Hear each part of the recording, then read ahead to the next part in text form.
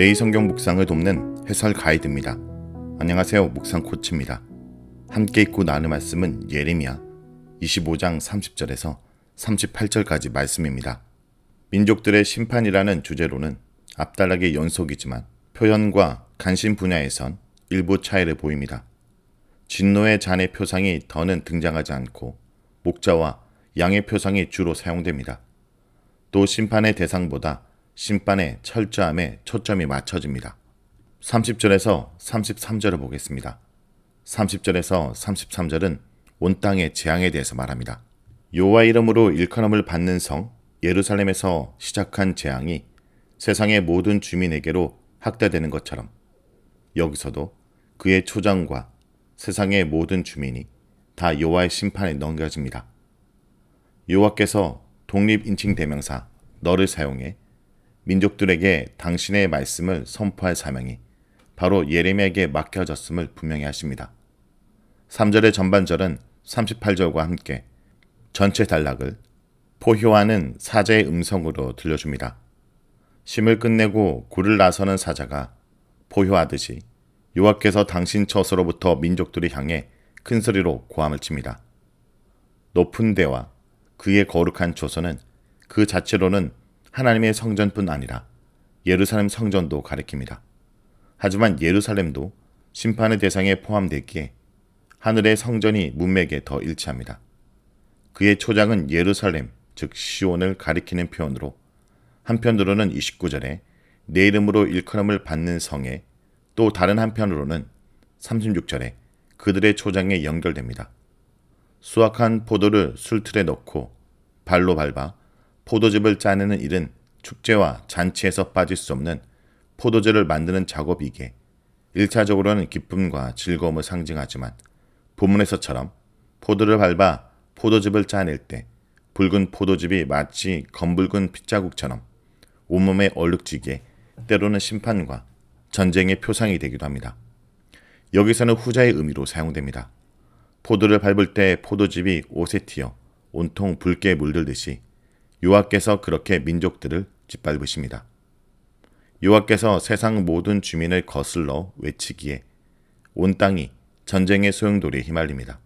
31절은 민족들의 심판을 사법적 관점에서 기술합니다. 다투시는 이라는 것은 법정에서 시시비비를 가리다를 의미합니다.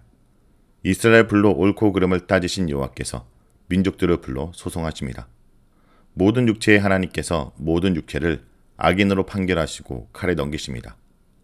문민족과 모든 육체와 악인은 동격입니다.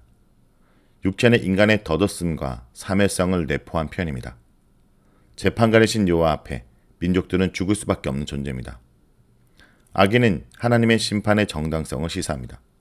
민족들이 악인으로 판결받기에 멸망의 형벌에 넘겨집니다. 32절의 서두에 만군의 여호와께서 이와 같이 말씀하시니라 라는 것은 다시금 온 땅의 심판을 집행하시는 분이 이스라엘 하나님 여호와이심을 분명히 보여줍니다. 예루살렘에서 시작한 재앙이 민족에서 민족으로 퍼져나갑니다. 모든 민족이 들불처럼 번지는 전쟁, 칼의 전쟁에 사로잡힙니다. 큰 바람은 거센 폭풍으로 파괴적 전쟁을, 땅끝은 땅의 가장 먼 지역으로 두려움과 사나움과 낯섦을 함축합니다. 이제까지 경험해보지 못한 엄청난 전쟁의 강풍이 일어나 모든 민족을 파괴해버립니다. 그날의 여호와께서 내리실 재앙은 전면적이고 파멸적입니다. 땅 이 끝에서 땅 저 끝까지 여호와께 죽임을 당한 자들이 널려 있는데도 그들을 위하여 애도한 사람이 없고 시신을 거두어 장사 지낼 사람도 없어 땅바닥에 뒹굴다 거름이 됩니다. 세상 모든 주민이 죽음을 피하지 못합니다. 살아남은 자가 없기에 죽은 자들이 거름처럼 그대로 버려집니다. 33절은 예루살렘과 유다의 임할 재앙을 선포하는 말씀에도 등장합니다. 하나님 백성과 민족들이 동일한 운명에 떨어집니다. 하나님께 불순종한 유다가 이방 민족과 다르지 않음을 시사합니다. 34절에서 38절을 보겠습니다. 34절에서 38절은 목자들의 멸망을 말합니다. 목자들에게 주는 심판의 말씀입니다. 34절은 목자들을 인칭 복스, 너희로 35절에서 38절은 그냥 목자들 또는 3인칭 그들로 칭합니다. 전자는 목자들에게 직접 심판을 선포하고 후자는 이들의 절망적 형편과 그 배경을 알려줍니다.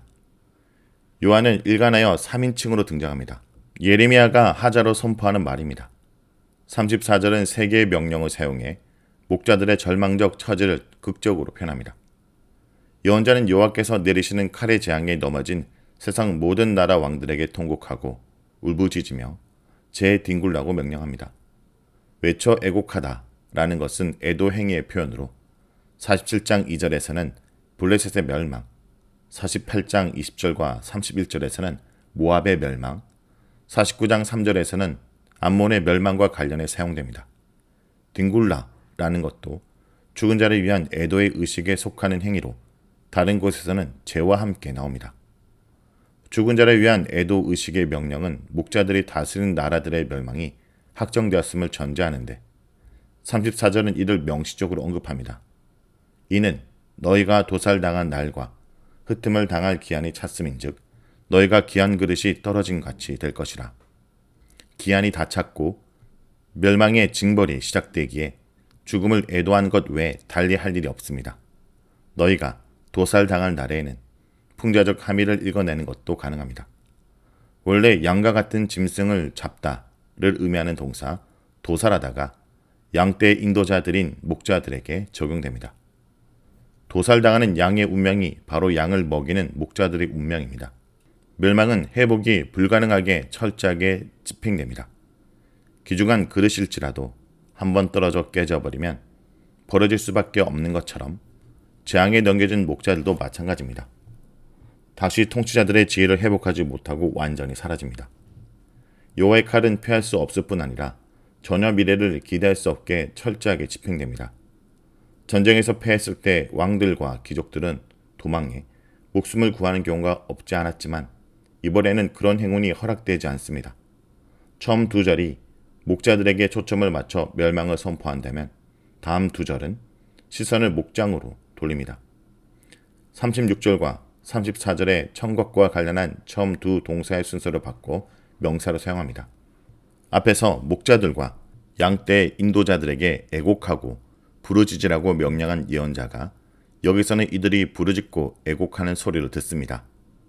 전자에서는 너희가 도살당한 날과 흩음을 당할 기한이 찼기 때문이고 후자에서는 여호와가 그들의 초장을 항폐하게 하시기 때문입니다.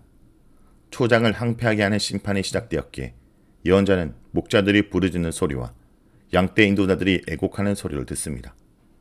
양떼가 꼴을 벗고 물을 마시는 초장을 여호와께서 보내신 칼이 항폐하게 하지만 목자들은 부르짖고 애곡할 뿐 속수무책입니다. 37절은 내용상 36절의 반복인데 심판의 철저성을 이중적으로 강화합니다. 먼저 목장을 항폐하게 하는 주체를 여호와의 진노하시는 열기로 표현합니다. 분노로 열이 나신 여호와께서 목장을 폐허로 만드십니다. 다음은 심판 이전의 모습과 심판 이후의 모습을 대비합니다.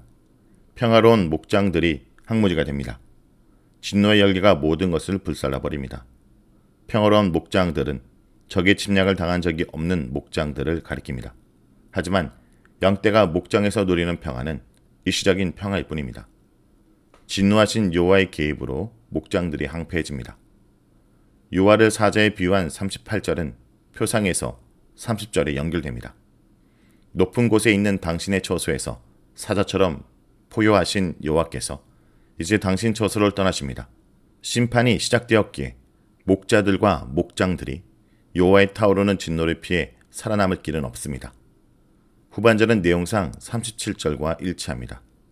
그 호통치시는 분의 분노와 그의 극렬한 진노로 말미암아 라는 것은 압제자의 열기와 그분 분노의 열기로 말미암아로 번역할 수 있습니다.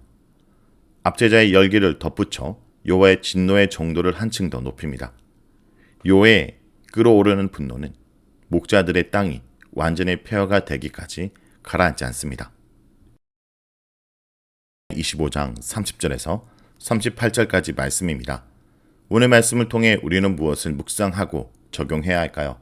자기의 생각대로 살아가는 자들이 당할 최후는 비참합니다. 33절에는 시신을 거둬주는 자도 없고 매정하여 주는 자도 없다라고 말합니다. 이것은 이스라엘 사회에서는 시체가 매장되지 못하고 방치되는 것을 가장 수치스러운 일 중의 하나로 여겼다는 것을 기억해야 됩니다. 하나님을 믿지 않고 세상의 영광을 추구하며 살아가는 자들은 이러한 비극을 각오해야 합니다. 성도 여러분, 하나님을 섬기지 않고 자기 마음대로 살아가는 것이 절대 행복한 모습이 아닙니다. 우리를 구원하시고 우리를 인도하시는 목자 되신 하나님을 온전히 따라가는 것이 양떼인 우리의 모습이어야 되는 것을 잊지 않길 바랍니다.